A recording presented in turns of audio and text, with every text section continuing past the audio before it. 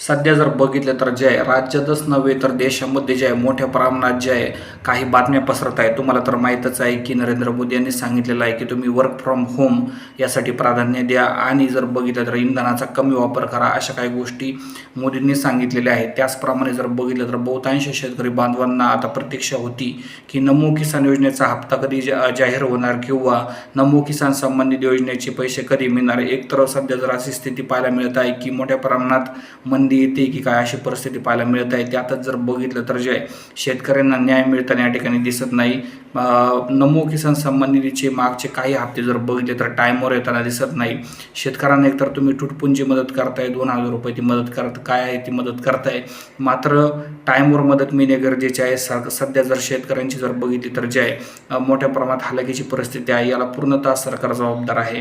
राज्यामध्ये स्थिती जर बघितली तर जे आहे नमो किसान सन्मान निधीचे हप्ते टाईमवर मिळाले पाहिजे. 2,000च्या ऐवजी 5,000 रुपये हप्ता सरकारने केला पाहिजे. मात्र या स्थितीमध्ये सरकार दुसरंच काही कारण सांगताना आपल्याला पाहायला मिळत आहे. मात्र टाईमवर हप्ते मिळणे अत्यंत गरजेचे आहे.